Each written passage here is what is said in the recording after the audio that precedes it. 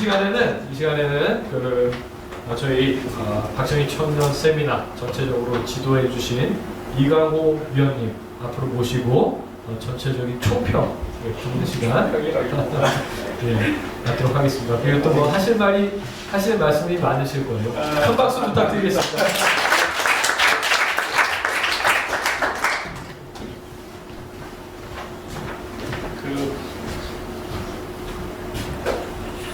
아이고, 이거 제가 많이 못할 말은 없습니다.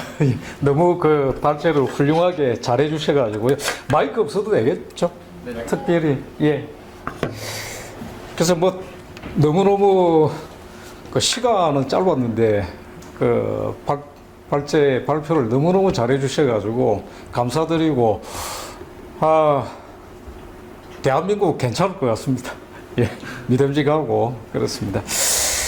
그래서 재헌절 지난 이제 17일 날 조금 이제 지켜봤는데 뭐 형식적으로 어쨌든 이제 국회에서 뭐 이렇게 기념실 가는 형태로 지나는 갔는데 윤석열 대통령은 이제 페이스북에 메시지 뭐 이렇게 근데 뭐 개인적으로 이렇게 탓할 수는 없는 게 이미 그러니까 노무현 정부 때 발의를 해가지고 공휴일에서 빼고 이렇게 이제 전체로 축소돼 버리면서 2008년도에 이제 그게 확정이 돼 버렸죠.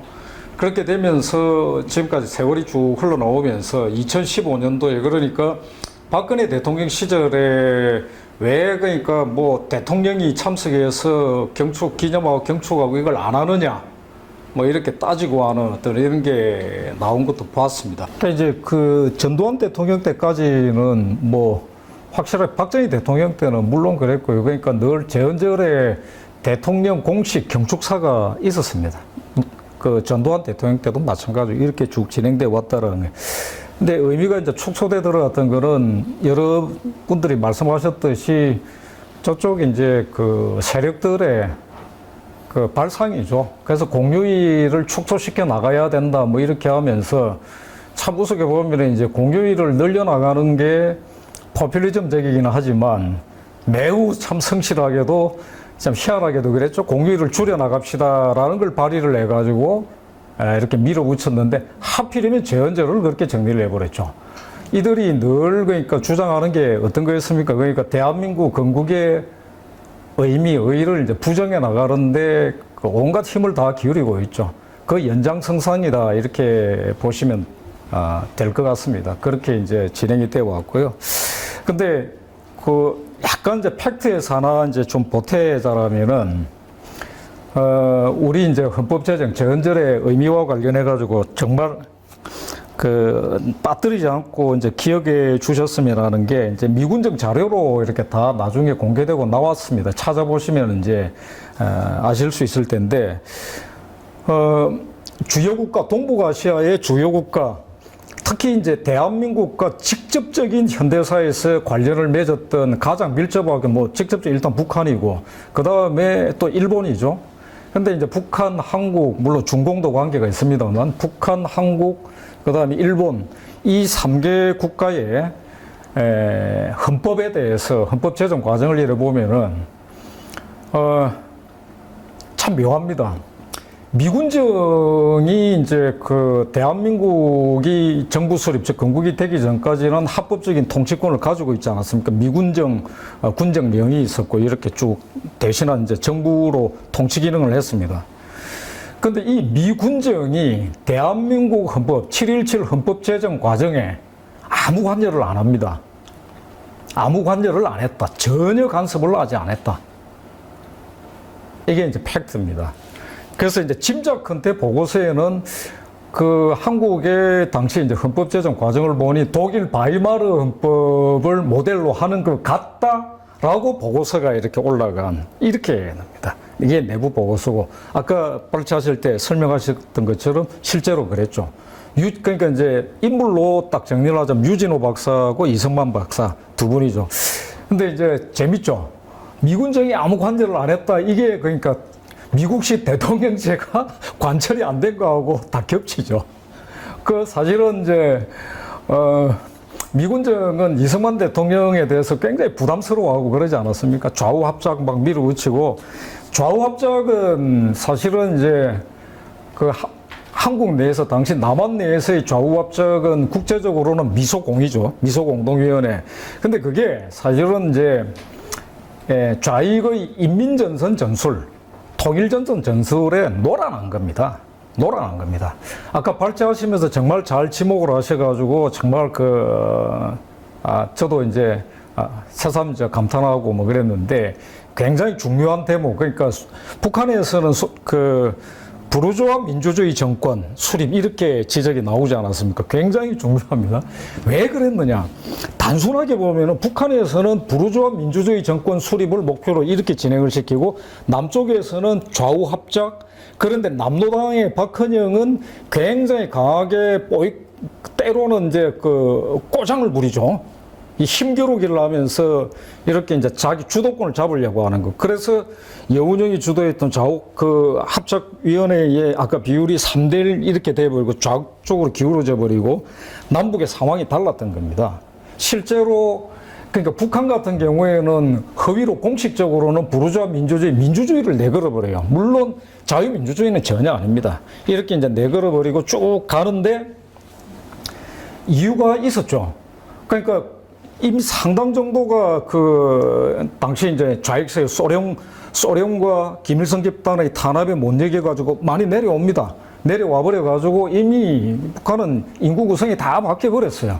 그래서 공식적으로는 북한이 표방했던 9.25 민주주의 이렇게 표방했던 부분들은 남쪽을 겨냥을 한 겁니다. 이렇게 겨냥을 한 거고. 그래서 남쪽에서는 또 반대로 한편으로는 그러니까 모험주의 이런 식의 나중에 비판을 받으면서 박헌영이 김일성에게 6.25 전쟁 이후에 책임을 짊어지고 떠넘겨 받아가지고 숙청당하고 하는 어떤 원인이 되기도 했었지만 그러니까 이제 대한민국 정부 수립에 반대하면서 계속 그러니까 소위 남한 단정 수립에 반대한다 그러면서 사상 폭동도 그런 것 아니었습니까? 쭉쭉 밀어붙이고 대구 제주 4.3 계속 이렇게 굉장히 격하게 이제 항쟁을 하는 형태로 해가지고 사실은 남쪽에서는 그런 이제 상황들 좌익의 폭력적 행태 자체가 좌우 합작을 사실은 불가능한 게 이미 만들었습니다. 그럼에도 불구하고 좌우 합작 소동이 계속 벌어졌는데 만약에 그 좌우 합작론에 넘어갔으면은 어떻게 됐을까요? 동구하고 똑같은 동구도 소련 영향권하의 동구에서도 좌우 합작 정권이 만들어집니다. 그렇게 해서 그게 이제 인민전선, 인민민주주의 과정을 거쳐가 다 넘어가 버리는 겁니다. 이게 이제 전략 전술화 되어버리고 중공도 마찬가지였습니다. 중공이 그러니까 나름대로 이제 혁명하고 수립하고 하면서 내건 게 물론 중국 공산당이야 자신들은 공산주의다 이렇게 얘기를 하지만 정부 만들어 나가고 할 때는 그거 아니죠. 국호 명칭 그대로입니다. 인민공화국 아닙니까? 그렇게 쭉 이렇게 간 겁니다. 그게 뜻하는 바가 사실은 그런 거다라는 것들 생각을 해야 된다는 거고. 근데 한국은 어쨌든 미군정의 그거 전혀 관계죠. 독자적으로 그렇게 했는데 북한은 법은 어떻게 됐느냐? 스탈린이 작고 하나까지 다 수정을 합니다. 우선 그러니까 북한의 소련 군정 사령관 스티코프가 철저하게 쥐고 스티코프가 알아서 하고 북한이 늘 남쪽을 보고 괴뢰라고 그러지 않았습니까? 괴뢰가 무슨 뜻인지는 알죠? 허수아비 이런 뜻 아닙니까? 자신들이 괴뢰니까 괴뢰라고 생각이 들겠죠. 예. 북한이야말로 그때는 더욱더 그랬습니다. 그러니까 마치 초창기의 가톨릭 체제 같은 거죠. 모스크바가 총보면 거기에서 승인이 안 된 것은 아무것도 할 수가 없습니다. 그래서 철저하게 보고화되고 그야말로 상명하달로 이렇게 이제 결재가 있어야 진행이 되는. 그래서 일일이 다 작곡까지 작성을 해가지고 북한의 법도 그는 메이드 인 소련입니다. 소련이 만들어준 거예요. 이렇게 이제 주어진 거고. 그 다음에 일본 헌법은 어떻게 됐습니까? 일본은 아시겠지만 이제 개헌될 것 같다라고 다들 전망을 하죠. 메가드 헌법이라고 그러지 않습니까? 그때 이제 2차 대전 직후에 메가드 사령부가 그 군정을 하고 있잖아요. 일본에 이제 점령 통치를 하면서 일본은 법은 그러니까 메이드 인 USA이죠. 메가드 정부에서 만들어가지고 메가드 군정 에서 만들어가지고 일본한테 그냥 갖다 꽂아준 겁니다. 그걸 그대로 받아고 못 고치게 하고 여기까지 쭉 왔죠. 한국은 전혀 아니었죠. 그냥 그 미군정은 관여도 못하고 이런 거 같다라고 짐작만 하면서 보고서 쓰고 또 관여하지도 안 했었죠.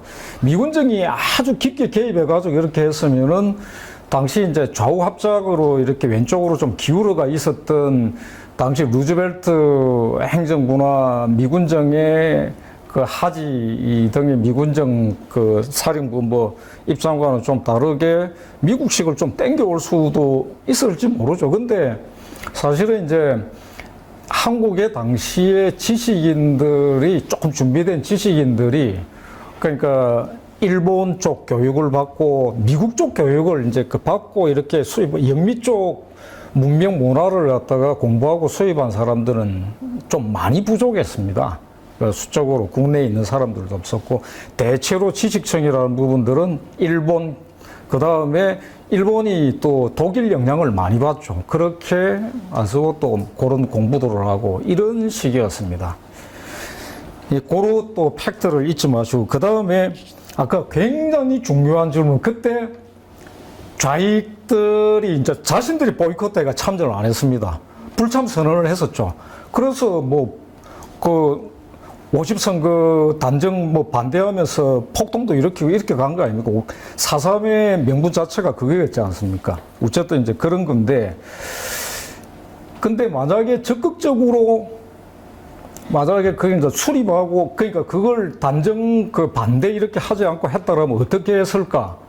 이렇게 답할 수 있을 것 같습니다. 그러니까 당위론적으로 참 답하기는 어렵지만, 당시 그 시점에서는 만약에 좌익 세력이 남한 단정 수립 반대 운동을 하지 않고 혹은 적극적으로 유엔 그 결의대로 남북한 동시 이렇게 선거가 이루어지고 함께 쭉 진행됐다 그러면 참으로 역설적이게도 대한민국의 한반도의 그 지금 자유민주 체제가 남쪽에만 있지 않습니까?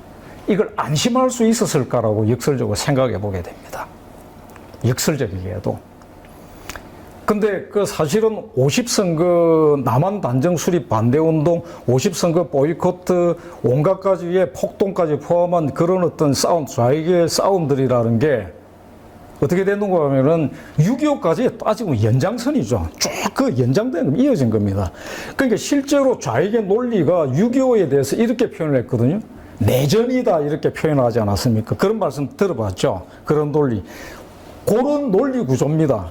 계속 그러니까 한반도에 살아왔던 한민족 한국 피플들은 그런 단정 수립 그러니까 일제의 연장으로서 미제의 신식민지화 되는 것들을 거부하면서 격렬하게 투쟁에 나왔다.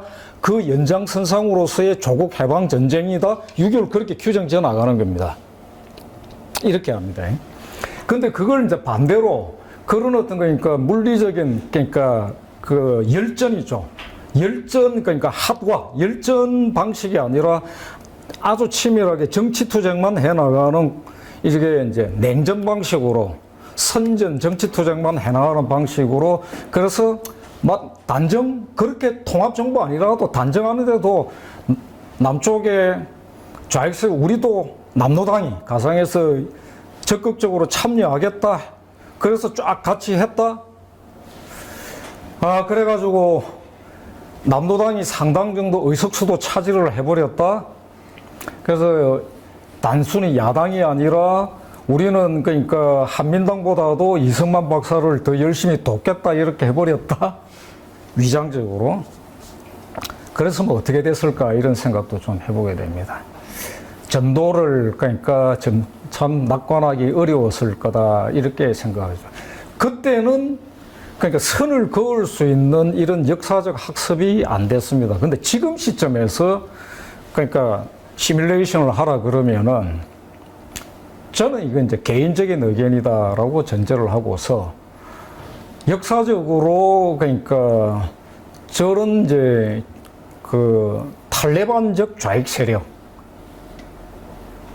적어도 그러니까 자유민주적 가치를 적어도 그 체제의 그러니까 중요성 가치를 인정을 하면서 그 내에서 자기 주장을 하겠다는 그 부분들을 벗어나 있는 그 체제의 그 자체를 부정하는 세력들 저는 안 된다라는 거죠. 그런데 그런 예를 가진 나라가 있었습니다. 독일이 서독이 그랬습니다. 혹시 들어보셨는지 이제 방어적 민주주의 체제라고 해가지고 서독이 굉장한 민주주의 체제죠. 그런데 그 헌법수호청이라는 게 있었습니다. 근데 헌법수호청인데 다르게 표현을 하면 이거 정보부입니다. 일종의 비밀경찰에 가까워요. 조사를 하고 영장 없이 감청도 하고 이렇게 합니다. 단속 대상이 뭐냐? 나치 잔당과 공산당이었습니다. 좌익 세력들. 그러니까 서독에서는 별의별 일이 다 있었는데 사람들이 그걸 잘 모릅니다. 그러니까 서독에서 프랑스에서 소위 68 좌익운동 이런 것들이 막 격렬하게 진행되고 있을 때 독일도 마찬가지, 서독도 마찬가지로 그런 여파가 쭉 있었는데 서독에서는 표현법이 당시에도 주장하는 방식이 좀 제한되는 이런 분위기가 있었습니다. 그러니까 공산주의적인 걸 직접적으로 주장을 하게 되고 하면은 다 배제되어 버립니다. 그런 어떤 그 경력이 포착되는 게 있으면은 한국보다 훨씬 심합니다. 공직 취임이 불가능해집니다. 공무원이 될 수가 없어요. 아예 그렇게 해버리는 겁니다. 철두철미하게 봉쇄해버립니다. 그래서 서독의 좌익 인사들은 당시에 이런 탄압이 그러니까 이게 서구 자유민주 세계에서 있을 수 있느냐라고 막 그런 기록까지도 있을 정도입니다. 근데 이제 서독은 반민주적인 뭐다 이렇게 얘기를 안 했지만 한국 보고는 굉장히 시비가 많았었죠. 그런 것, 서독은 선을 그어버렸던 겁니다. 그러니까 나치의 경험, 그 다음에 소련, 그러니까 동독과 최일선 대치 경험, 이 최전선이 돼가 있던, 그 다음에 나치의 대두가 그 시대에 바이마르 시대에 공산당의 당시 스파르타쿠스단이라는 독일 공산당 세력과 나치스가 경쟁하면서 함께 올라왔거든요. 바이마르 자유민주 체제를 무너뜨린 거는 말하자면 적대적으로 대립하는 모습을 보였습니다만 공산당과 나치당이 경쟁적으로 치고 올라가면서 서로 무력 항쟁도 합니다. 이러면서 이들이 무너뜨려 버린 겁니다. 그래서 이걸 제거해 버리는 건데 둘 다 좌익 정당이죠. 그러니까 공산당은 좌익 정당이고, 그러니까 사회경제적 프로그램을 보면은 나치도 좌익 정당입니다. 극우라고 하지만 민족주의를 내세웠다는 측면에서 극우 이렇게 얘기할 수 있겠지만 나치가 국가 사회주의 노동자당 아닙니까? 앞에 국가, 즉 민족 이런 개념이 붙어 있는 거지만 민족, 게르만 이런 거 내세우고 했던 거지만 이 공산당은 그건 아니다고 하지만 같습니다. 경제정책이 이렇게 쭉 가고 나치스의 히틀러의 경제정책은 뭐하고 조금 비슷했는가 하면은 마치 그러니까 중공의 경제정책 비슷해요. 개혁개방 이후에. 그러니까 사회주의를 지켜나가면서 이 기본 원칙을 지켜나가면서 그러니까 유연하게 시장경제도 뭐 도입하고 좀 쓴다 뭐 이런 것 같은 이게 나치의 그러니까 사회경제 프로그램이고 근본적으로는 좌익적이었던 거고. 근데 이렇게 이제 그 역사적 경험을 겪고 나서 나치만 금지한 게 아니라 당시 나치의 대두를 갖다가 따지고 보면 역설적으로 부추긴 거와 다름없었던 공산당 다 경험적으로 한 거죠. 독일에서는 안 되는 겁니다. 공산당은 못 하는 겁니다. 사회민주당은 가능하지만 공산당은 안 되는 겁니다. 당시 그러니까 해방 공간에서 우리 이제 50 총선거 시절 그때는 어찌 했어야 될까? 6.25를 거치기 전에는 확실히 이제 그러니까 조금 다르긴 했었죠. 근데 6.25를 거치면서 이제 3년의 몸서리 나는 어떤 경험이 이제 논리 이전에 이제 이 체질화 이제 체험적으로 이렇게 굳어졌죠. 이런 것들이 있었다라는 거예요. 그래서 오늘날의 경우에서도 이건 한번 생각을 해봐야 된다라는 것들을 말씀을 꼭 드리고 싶고요. 제헌절의 이제 그 의미, 자연스럽게 다 전제가 되어 있지만 헌정 아닙니까? 헌정. 그 컨스티튜션 뭐 이렇게 발음이 좀 엉망입니다만 그게 어떤 의미냐 이겁니다. 그러니까 왕정은 단순화시키면 혹시 국사에 요즘도 그런 거 나옵니까? 율령을 반포하고 율령할 때 율자가 법률할 때 율자고 령이라는 게 명령할 때 영자 아닙니까? 그죠? 그래서 그게 이제 서구의 법치주의하고 비슷한 것처럼 얘기하는데 완전히 다르죠. 그러니까 왕의 명령이죠. 그래서 율령인데 율령을 그러니까 왕이 이제 반포를 합니다. 왕이 정해가지고 물론 사대부들하고 기한을 해가지고 이렇게 되는 거겠죠. 그러니까 국민이라는 거 존재를 안 하니까요. 주권자라는 백성은 그냥 아무것도 아닙니다. 그래서 그냥 관념적으로만 존재하는 거고 법적 정치적 권리는 아무것도 없는 거죠. 그래서 최종적으로 왕이 이제 오케이를 해가 율령을 반포 이렇게 되는 건데 헌정은 어떤 거냐? 그 본래적 문자적인 의미 자체가 그 정한다라는 어떤 부분들이 합의를 모아가지고 규칙을 갖는다라는 것들을 공동의 함께 쓰는 모자를 정하게 된다 이런 것들의 의미를 갖는 거죠. 국민이 전제가 되는 거죠. 국민국가의 수립이다라는 것. 백성, 신민, 신화적인 의미에서의 민이 아니라 주권자로서의 국민이 전제가 되는 것. 이게 굉장히 중요한 합니다. 국민국가의 수립이었다. 이렇게 해서 50선거가 보통선거로 정말 놀라운 어떤 선거죠. 서구 몇백 년 우리보다도 정치적 선배 나라보다도 불과 한 20년 차이인가요? 그러고 나서 곧바로 보통선거로 그냥 놀랍게도 그렇게 해가지고 쫙 해가지고, 보통선거를 해가지고 그냥 헌법 총선을 하고 그 대표자를 뽑아서 헌법을 제정하고 이렇게 가버린 게 이게 이제 굉장히 큰 의미를 갖는다. 국민국가의 헌법 아래 살게 되었다. 명분과 실제의 차이 중에 북한 같은 경우에는 그건 이제 소련이 준 거죠.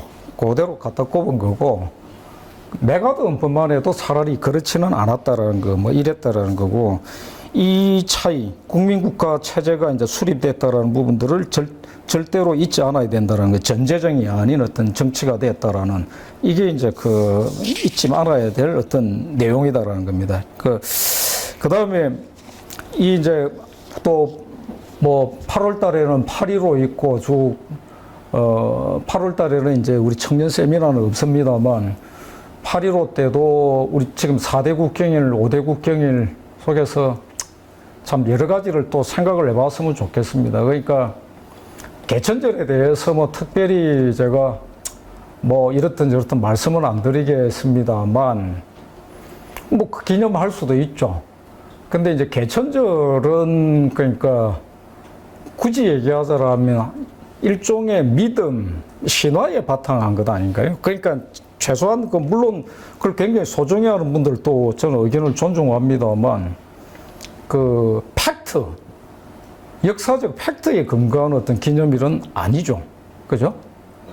10월 3일이 그렇다라는 것들, 그렇게 하자라고 됐다라는 정도로 이렇게 되긴 했습니다만, 연도도 서기전 2333년이라는 연도도 그렇고, 10월 3일도 그렇고, 좀 그렇죠. 근데 제헌절은 경우가 다르죠. 이렇다라는 것들.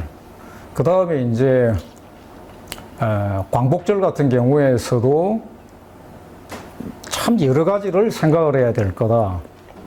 어떤 사람들은 이제 좌파가 아닌 사람들 같은 경우에서도 이미 이제 제헌과 헌법과 관련해서도 19년에 이제 임시정부, 임시헌법 그런 부분들이 있지 않았었느냐. 그런 지적들 얘기하는 것들이 일리는 있습니다만, 명백하게 그러니까 현존하는, 그러니까 기본적인 틀을 갖춘 국가로서 수립되고 그 틀을 갖추어 나간 것들은 경우가 또 다르죠. 물론 나라마다 그러니까 건국과 관련한 것들을 기념하는 방식들은 조금씩은 다릅니다. 미국 같은 경우에는 좀 정리를 하자면 제가 다 외우지는 못하니까 그런데 미국은 그냥 7월 4일 독립기념일로 딱 중심으로 해가지고 기념을 하지 않습니까? 근데 76년 그 7월 4일 독립기념일이라는 부분들이 그러니까 뭐라고 할까요? 그러니까 나중에 그러니까 워싱턴 대통령이 이제 그 취임을 한 거는 89년 4월 30일이고 그 다음에 미국 헌법을 제정한 거는 87년 9월 17일이고 그렇습니다. 그러니까 나라마다 이제 방점을 이런 경과 과정들의 독특함이 있기 때문에 그런 것과 수평적으로 비교할 수는 없습니다. 그래서 굉장히 교묘하고 교활한 경우를 보는데 이런 사례들을 들고 와가지고 계속 그러니까 그 8월 15일 날 그러니까 그 뭡니까 해방되었다는 거 말고 48년 8월 15일에 대한민국 정부 수립, 즉 건국이 되었다라는 부분들을 기념하는 걸 머릿속에 자꾸 지우려고 애를 써버려요. 이 부분들은 매우 곤란하다. 원래 처음에 그런 것은 아니었다라는 거죠. 그러니까 왜 그러니까 8월 15일을 선택을 해서 또 대한민국 정부 그 수립을 하게 됐을까요? 이게 다 그리고 광복이라는 부분들이 그냥 일본이 물러가면 자동적으로 그러니까 이렇게 이루어지는 건가요? 아니잖아요. 이렇게 됐다라는 거. 그래서 이제 거기까지도 신경을 이제 써 주셨으면 좋겠다. 제가 이게 말솜씨도 없고 정리가 부족해서 쓸데없이 또 내용이 길어져 보여서 죄송합니다. 그래서 아무튼 오늘 너무너무 그 발제를 잘해 주셔가지고 아 정말 감사드리고 대단히 훌륭하다는 말씀도 드리고 그리고 김원구 대표님 말씀하신 대로 제헌절 그러니까 기념과 관련한 것들 운동을 한번 이렇게 공휴일로 다시 지정하는 게 저는 맞다고 생각을 합니다. 그 운동을 한 발의를 하는 게 시민운동으로서도 발의를 하는 게 옳지 않나 이런 생각이 듭니다. 예, 이렇게 말씀드려서 감사합니다. 여기까지. 예. 사회자로서 이제 그 말씀을 드리면은 그 좌익이 참여했다면 어떻게 됐을 것인가 이광호 위원님께서도 말씀해 주셨는데 아까 전에 그 민중이 참여하지 않은 선거 그 장표 있죠. 그거 잠깐 띄워줄래요? 뭐 그 좌익이 그 선거 참여하는 것을 반대했었기 때문에 만약에 참여했으면 어떻게 됐을까? 이게 오늘 사실 가 가장 중요한 그 질문 중에 하나였었던 것 같은데요. 아주 좋은 부분인데, 근데 그 4.19 예, 마감된 선거인 등록에서 그 선관위 통계로는 96%, 유엔 통계로는 약 80%가 다 등록을 했습니다. 그리고 투표율은 선관위 통계로 95%, 또 유엔 통계로 90%였다는 것을 그 당시 상황을 저희가 짐작하는데 한 가지 중요한 자료로, 정보로 활용할 수 있지 않을까 이런 생각이 들었고요. 그리고 개천절은 그 임시정부에서 그 선포했던 그 국경일이었던 것 같은데 그 대종교와의 관계에서 그렇게 진행을 했던 것 같은데 현재 시점에서 한번 좀 이렇게 고민을 해볼 필요가 있을 것 같습니다. 그리고 실제로 저희가 오늘 요 세 분 발표 너무 잘했죠? 그렇죠? 그 재밌었죠? 네.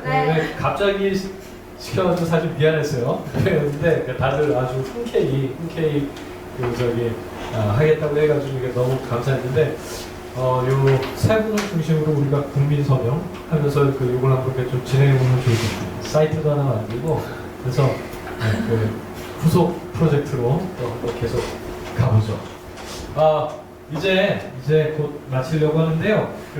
오늘 행사 진행하는데 또 이게 실무적으로 박정희 기념 재단 직원분들이 수고를 많이 하셨습니다. 예, 큰 박수 부탁드리겠습니다. 예, 그리고 발표가 너무 좋았던 이 세 분 다시 한번 일어나서 인사드리시죠. 예. 앞으로 잘 성장할 수 있도록 큰 정성을 부탁드립니다. 그리고 재헌절 정말 중요한 날인 거 이제 아시겠죠? 그렇죠? 이게 대한민국을 지워버리는 게 사실 대한민국을 부정하는 세력의 전략이기 때문에, 궁극적인 전략이기 때문에, 사실 그렇기 때문에 대한민국 건국과 관련된 것들을 그 의미를 퇴색시켜버리고 아니면 이렇게 모르게 만들어버리는 게 전략인데 그렇기 때문에 저희 국민 서명하고 이거 다시 공휴일로 추진하는 프로젝트가 재헌절만 관련된 게 아니라 대한민국의 정체성을 바로잡는 프로젝트로 성장시키고, 그리고 또 뭐 이게 포퓰리즘일지는 모르겠지만 어쨌거나 그 공휴일은 다들 좋아하시잖아요. 그러니까 그 대중적인 호응을 갖게 되는 게 참 좋겠다는 생각이 드는데요. 이런 의미 있는 후속 프로젝트까지 세워진 또 재헌절의 의미를 돌아보는 이 시간에 사실 함께 해주신 한 분 한 분이 가장 소중하신 분들입니다. 감사의 박수 서로 평가합니다.